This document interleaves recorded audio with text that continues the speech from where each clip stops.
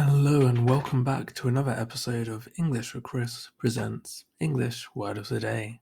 And today's word is going to be bog.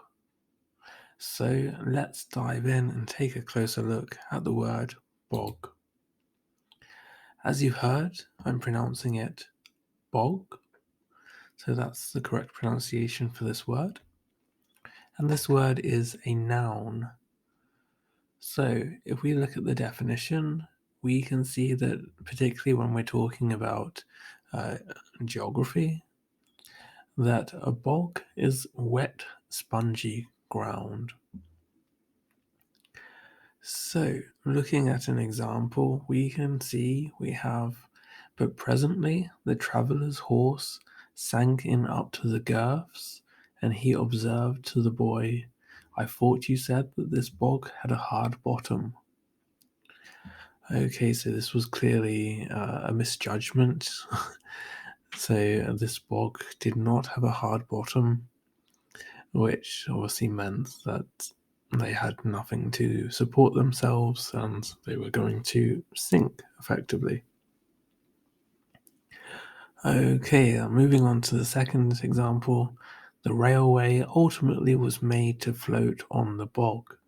So this is quite an achievement. I guess this is something for the architects among you, where they had to build this railway in such a way that I guess it could withstand the movement of this uneven or this unsteady floor because of the bog.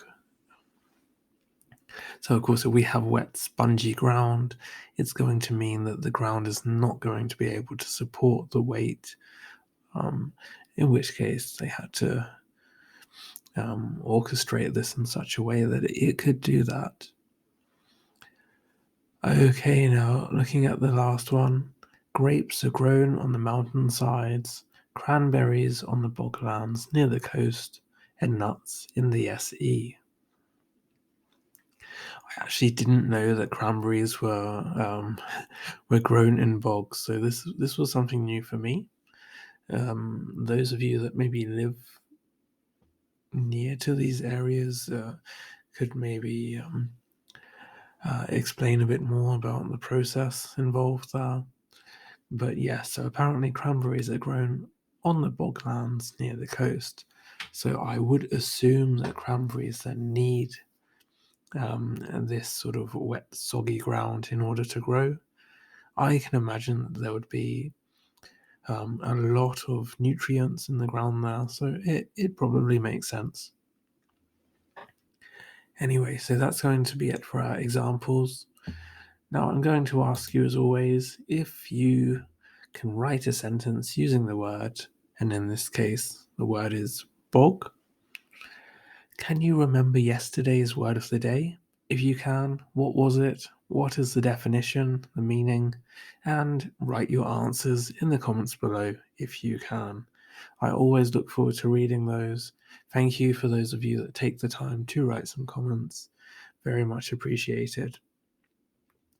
So that's going to be it for today's English with Chris presents English Word of the Day. I hope you're all having a lovely day and continue to do so. All the best.